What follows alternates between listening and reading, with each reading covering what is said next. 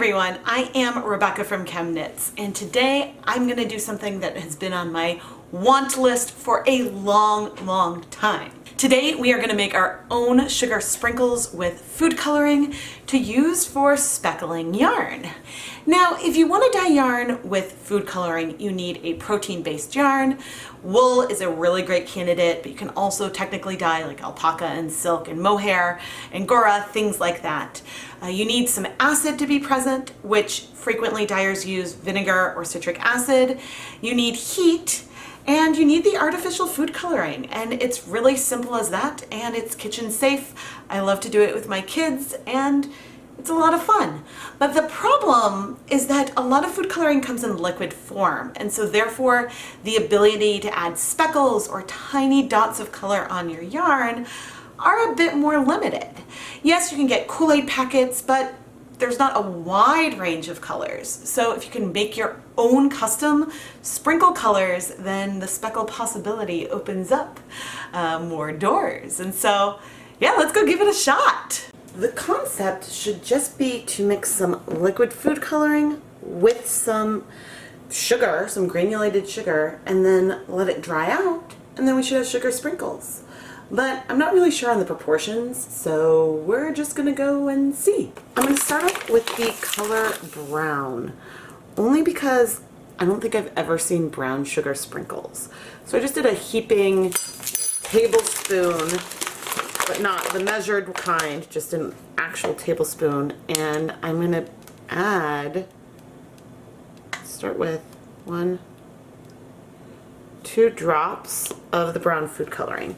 Now the Wilton Colorite system is very pigmented and isn't that liquid. It's liquid, but you can see it's kind of more gloppy.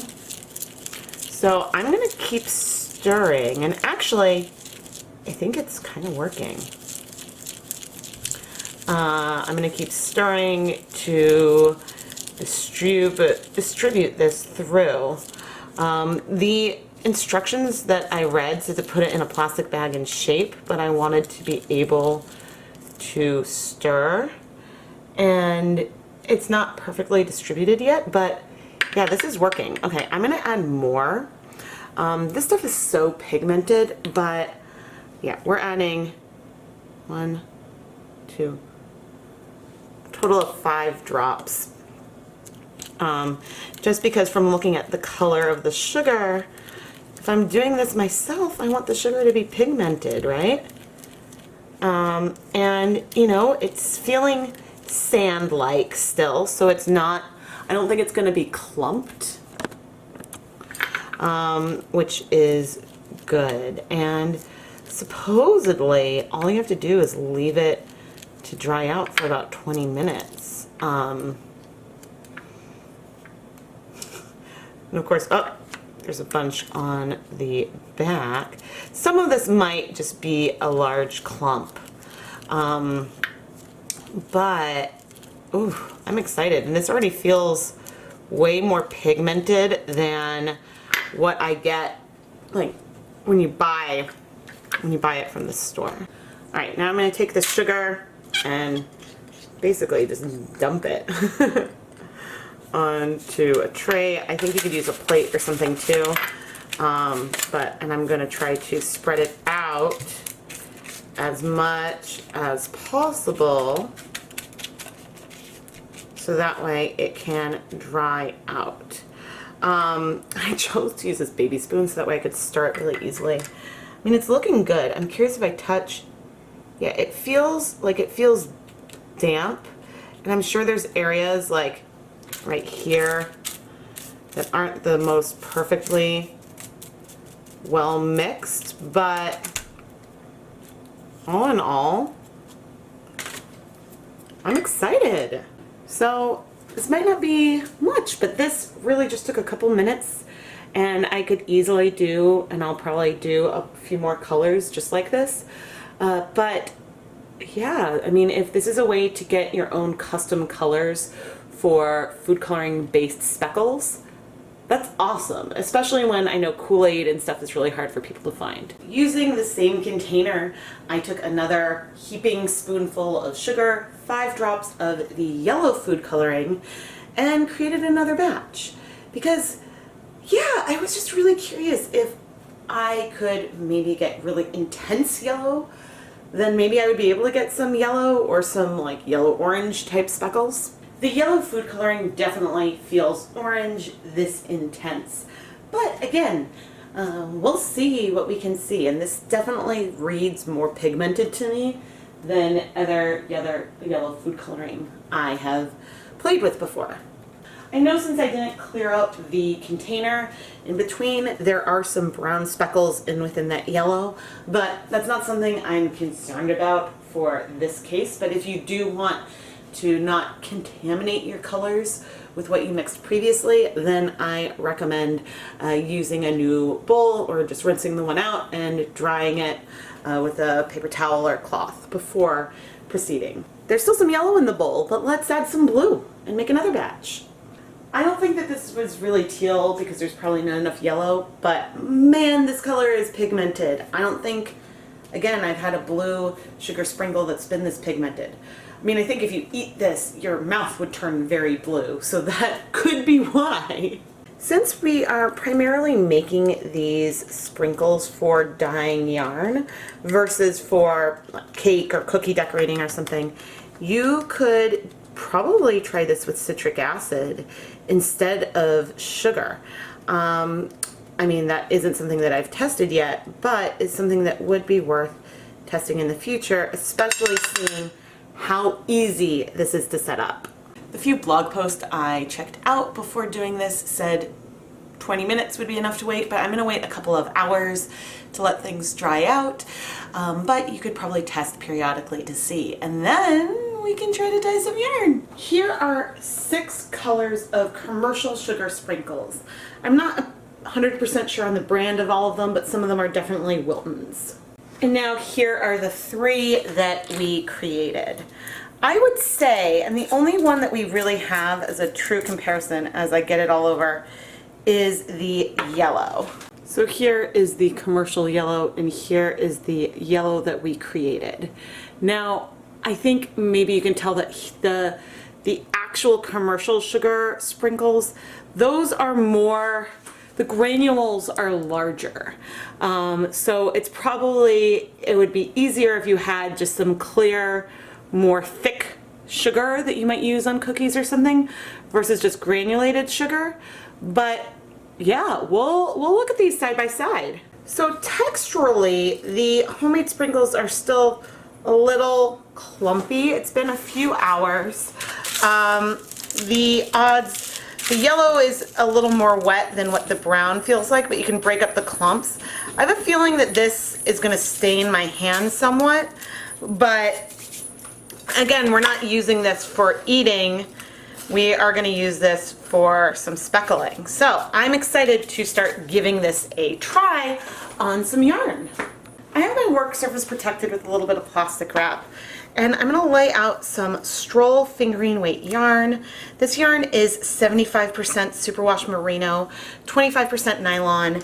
I use it all the time. If you want to learn more, I do have a Knit Picks affiliate link in the video description. I pre-soaked it for 20 to 30 minutes in some cool room temperature tap water with 3 tablespoons of white vinegar. So we have acid in here already to go. Okay, I don't have it. I've got a little bit more, but let's start with some of this commercial yellow and put some of this right here. The thing with sugar sprinkles is it does take a tiny bit of time because you need to let the sugar dissolve. When you do this, you don't necessarily want the yarn to be barely damp. Some liquid can help because, again, you want the sugar to sort of sink into the fiber, and then we'll rinse it out later. And I'm not sure if you can even really see those on camera right now, but it's very, very pastel. And now I'm going to come in.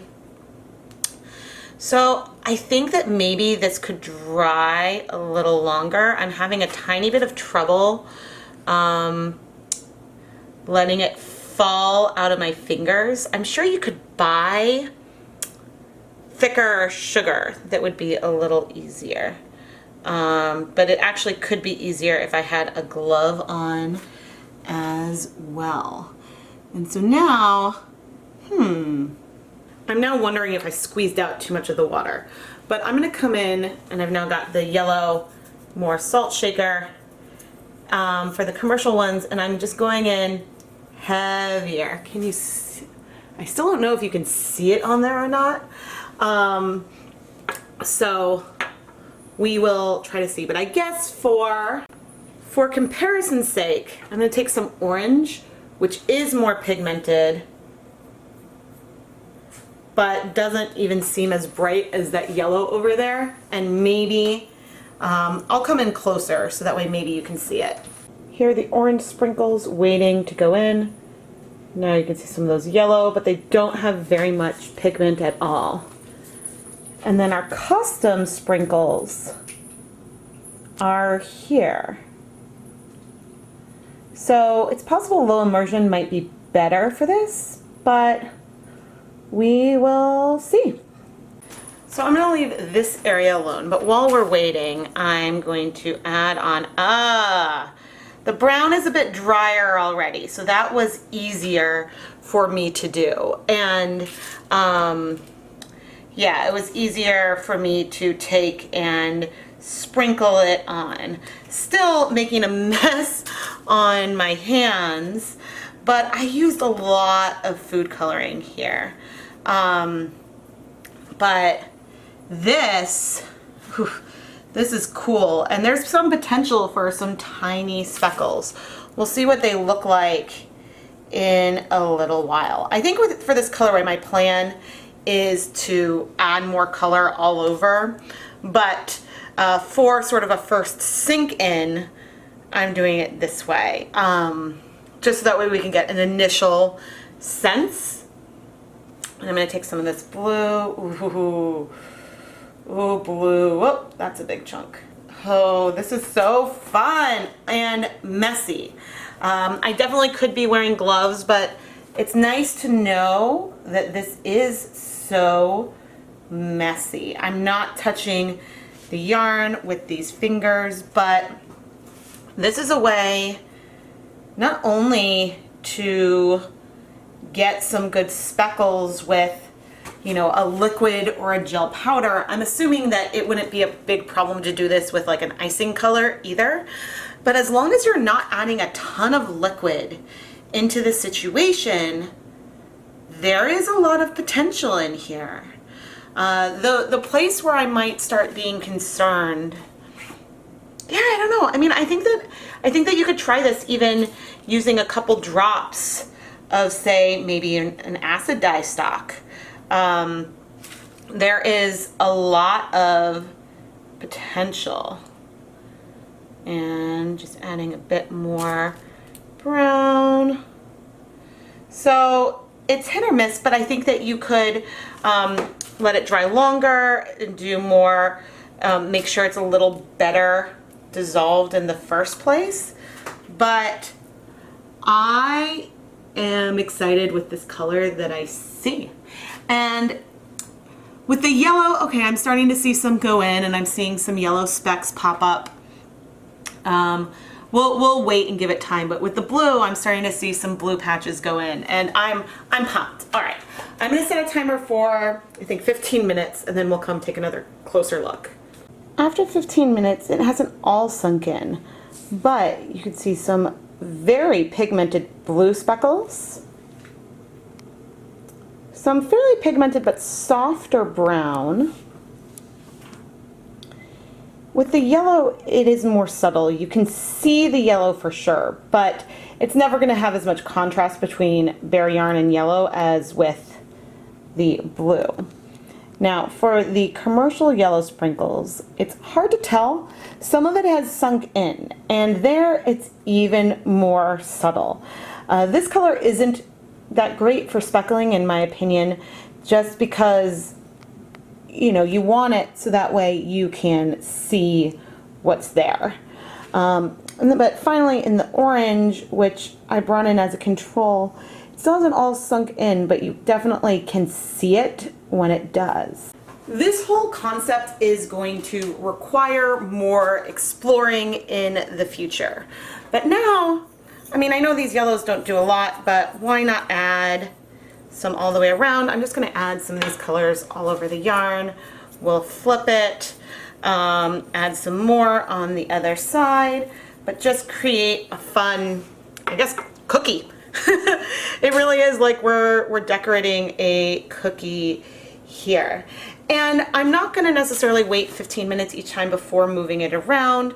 There is going to be, you know, some time to let things, like things don't necessarily need to sink in. You could end up with a little more streaks as opposed to just little pops of speckles. But yeah, just adding some of our blue all over, and then we'll add some yellow and we'll flip and add. The yellow definitely texturally probably just needs more time to sit.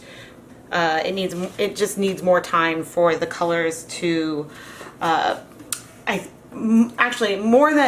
less that it needs more time for the colors to like sink into the yarn, which is the case, but I think that the powder probably needed a bit more time to dry. But I do want to wash my hands before I flip it. The reason for washing my hands is that I don't want to, when I touch it, to have that add a ton of color. And things are going to spread out. This moving it will help some things kind of go in. I don't really know why I'm bothering with the yellow. I think, I guess, I'm not sure if I'll do a second video. Maybe I'll make this a two-part. And in part 2, I will go through and we'll do low immersion. I think it depends if I break it up on how long the videos are. But anyway, I guess I'll speed things up and do a little time lapse. So I just added the sprinkles, flipped, added more sprinkles as needed. Not worrying about getting a perfect even coverage, but trying to get pigment all over the yarn and checking for no huge stretches and chunks of white patches. This colorway is going to be subtle. There's going to be a lot of white in here, but I'm really excited with these homemade sprinkles. Right, I did not wait to let things sink. I am just taking this microwave safe plate, adding the yarn in, and you can see that we've got some fun color in here, and it's all sprinkles. I am now going to cover this plate with a silicone top, and I'm going to microwave this on high using 2-minute increments for a total of 4 minutes. This is going to provide that heat that I mentioned. We had the acid in the pre-soak, the color in our sprinkles, our wool-based yarn, and so yeah, I'll be back once this has been microwaved. As we're microwaving, there is some mess which you can't really see, so you could use some damp yarn to do more and then use up these sprinkles on the counter that way. You could take some more yarn and rub it all over the surface to soak up that color. But this is a reason why it can be handy to have plastic wrap on the surface, just so that way you don't create stains. Okay, our yarn has been microwaved, and I'm now going to set it aside so it can cool completely before we wash it. But in the meantime, let's take another look and do some low immersion. This is a second skein of Knit Picks Stroll fingering weight yarn, and I have just added it to this catering steam pan. Now this particular pan right here is dedicated for dye. So even though I will use food coloring in it, I don't ever use this for food now. So I won't be putting this yarn into, say, the same kind of bowl, but we will be heat setting it here. So I'm adding back 4 cups of the pre-soak water. There's a bunch of water with 3 tablespoons of white vinegar. The goal, is to have there be some water in here, but to really just have the yarn really, really wet, and we're gonna get it hot. This is possibly the lowest immersion I have tried because there's really not a lot of water in here, but so we're going to keep a really close level, and maybe, okay, I'm going to add one more cup because I am nervous. But what I want is I want the yarn to be at the surface, so that way the sprinkles that we add will hit the yarn before it hits the water and spreads. And now I'm going to dry my hands off, and we'll wait probably just a minute for it to heat up, and then I'll put the heat on the lowest setting. Okay, I'm reducing the heat to low. It is going to be patchy without a lot of liquid. It's not going to travel through, but we'll see how this goes all the way through. All right, I'm going to come in first with some of our commercial orange sprinkles and just pop them over here. And so this time with heat and a bit more water, they should be sort of soaking in pretty quickly. Actually, I'm going to zoom in. I'll use the rest that I've gathered on the other side, but we'll have that area that is predominantly orange. Okay, next to it, right here, these are some of the commercial yellow sprinkles, which you can barely see on there, but do actually add some pigment. And I'm just adding the rest of what I had grabbed on the other spot, on the other part. So if I go in further, I guess I can't zoom in that much further, but you definitely see the yellow there. It's just seeing spots is hard. So it's still fun to use, but you know, you see little polka dots around the orange. Now I'm coming in with our handmade yellow, and this is going to give some bigger splotches in some areas, just because this one is not as this one isn't as dry as the blue and the brown, but it's still cool. And getting, so you can see that they're a bit more pigmented already, but getting splotches of that is hard to do with just a liquid dye on its own. And the reason why that's difficult is that if you're adding, like, say, a whole, even just a whole drop of liquid, that's pretty big, and so it'll have some spread to it. All right, let's bring in some brown. We'll go here on top of some of that orange. And so, yeah, I mean, I think that I'm just gonna have to play with the technique and stuff, because this goes on so well, and I'm putting this all over the areas that are off camera.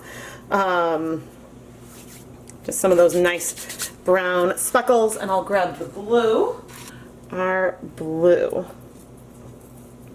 which also I am able to sprinkle and spread farther than the brown. Now, depending on how much dye is in here will really depend on how far these colors may spread out on the yarn, but in this case they can start striking pretty quickly, and they're looking nice and pigmented. So to zoom out, you know, this is the area that you were looking at, and then I started adding more of the color just all over, sort of what I did on the countertop, but this time I can even increase the heat. This time we're really focusing on having it wet and having that heat there so things can start striking right away. I really love these catering steam pans. I find that they are so handy for a wide variety of techniques, and they're not that expensive. I have it on 2 burners on my stovetop right here. If you'd like to learn more about them, I do have an affiliate link to Amazon in my video description. But I'm just adding in some more colors, and I think, yeah, with the yellow, I'll be able to check when it's time to look at the finished dried yarn and do conclusions. I'll be able to take a look and see if the texture of this has dried out a bit more, but I did use the exact same volume on that I used on the other skein, or sorry, I used the exact same volume of food coloring with the yellow as I did with the brown and the blue. So, you know, it's just worth thinking about. Now, brown is a color that does break, and I haven't highlighted that because I'm not seeing like extreme halos around it, but we will compare the difference between this colorway and the one I did on the counter. But my big, I guess, thought is the colorway I did on the countertop probably is going to have more spread of the speckles. Things tend to strike faster and be sharper when there's some heat involved. So anyway, I'm going to wait. I'll probably wait 5 minutes and then flip the yarn over, add more color to the other side, and move it around until we get good coverage. But I think I'm going to do that off camera, but I'm going to be going for this level of coverage. But oof, I mean, just look at that. Look at that. That is so, so cool. Yeah, but then once I have finished speckling all the other side, I'll let the yarn cool completely, and then we will wash them once the yarn is cooled. And since the water volume is so low in here, I'll keep an eye on it, and I can add more of our water vinegar mixture from that pre-soak as needed. But there was probably max 16 cups of water with 3 tablespoons of vinegar over there. And for contrast, this is how our speckles are looking from the microwaved one so far. There's still some teeny sharp things, but there's some more spread, and they aren't as sharp as what we're seeing down here in the pan. But that's just the difference of the technique since we're using the same sprinkles. As I started flipping the yarn over, I noticed a bit of spread from these colors, so I wanted to pop back in because it's cool and pretty and like what if I was using acid dye powder or something. But yeah, I dyed the other side, and we'll take a closer look at all of this when we're washing and when it's dry. And I might, if I notice some areas feel bare, I might come in and add some more of the speckles. But I'm really thrilled that we're doing this with food coloring because this feels a lot more like dyeing with acid dyes, and I'm very excited. As we prepare to wash our gorgeous yarn dyed with homemade homemade sprinkles, I want to take a moment and just show some yarn that I dyed just with commercial sprinkles. And this funfetti yarn is pretty, but the colors are so subtle compared to what we got here. And so I am a huge fan. This did not take long. It's the next day that I'm washing this, and the yellow still doesn't feel as dry as the brown and the blue, so maybe it needed more sugar, but either way, this worked fantastic, and I'm gonna have to try it with citric acid next. There's no question that we got smaller, sharper speckles when we did this low immersion versus on the countertop where things spread out a bit more. But you could bring things on the countertop warm, put it in warm water before you speckle, so that's an option. Now, why do I want to think about doing this with citric acid? And that is because it would be handy. It could help the speckles strike faster because they have acid in there with them. But also, then there's not the sugar to rinse out. And so that's what we are working on here, is removing that sugar, because I'm not seeing any bleeding. I'm now adding just some clear dish soap to the pan. And yeah, all of our color is in the yarn. So I will be rinsing this probably 2 to 3 more times, not just to get the soap out, but to make sure all of that sugar is out. Thankfully, just sugar like this rinses out super, super easily, but we don't want it to stay in the yarn. So once I'm done washing, I'm gonna put the yarn through my Unisoft spin dryer and then hang it up to dry. Why didn't I do this sooner again?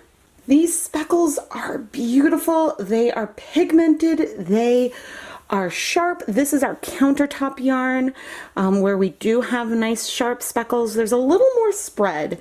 They're actually a tiny bit both sharper and more blown out on the skein that we did low immersion. And that's because in addition to the color striking quickly, there were some places where the sprinkles hit the water and then that color spread out more. So these two colorways are so similar, but those differences are really just based on the technique. I mean, if you showed me the skein and told me that you dyed it with food coloring, my response would be, how? I have been wanting to make sugar sprinkles for a long time. It just didn't occur to me that they would work so well. The countertop method, I guess both techniques have pros and cons, but if you want more like speckles and less like on a white backdrop, I recommend doing the speckling on the counter. There's a hint maybe of some spread, but overall we've got sharp speckles still. Not as sharp again as what we saw low immersion, but they are still sharp compared to, say, the fork method or some of the other methods of literally hand painting speckles onto yarn using food coloring. But even with, you know, some of the spread, like you can see here, we see some more spread of some color, and the base feels more like of a pale pastel blue in areas just because of the way that the color spread. Overall, it's really hard to tell the difference between the two skeins. You know, it's occurring to me, the browns, so the countertop versus low immersion, the colors don't feel as sharp, like the speckles are a bit more spread out, but the pigmentation is also a bit deeper. So maybe we got like a sharp, like when you have the food coloring on there, you get like a sharp pinpoint and then a really soft halo, but there's more pigment. I'm not sure. These are just small observations. I am Rebecca from ChemKnits, and if you enjoyed this technique, please subscribe, turn on notifications so you never miss a new video. I publish new content at least twice a week, and you don't want to miss a thing. For contrast, let's look at these sugar sprinkles, commercial sugar sprinkles, compared to what we got with our homemade ones. Especially if we zoom back out, our more pigmented ones, you can really see those speckles from back here, and you can kind of see them, but this is a lot more subtle. I am not done with the sprinkles that we made in today's video. There are going to be at least 2 more videos featuring this exact batch coming up over the course of this summer. And I mean, Wilton's Violet, we can try this with icing color, we can try this with so many things. I mean, technically Wilton does sell violet colored sprinkles already, but imagine if you just pump up that volume with the colors that you're mixing. Or if the icing colors don't work well, you can mix your own purple using the Colorite. There are so many possibilities here. I don't know if I can pump the pigmentation up even further, but that's something also that is worth trying. So this opens up so many possibilities for techniques. One perk I've always thought of acid dyes is that with the powder, there are so many different techniques that you can do with powder or liquid form, and you've always been more limited with food coloring because even powdered food coloring, it just doesn't work the same way. This works very similarly to having some powdered acid dyes. So I'm pumped. Thank you so much for watching, everyone.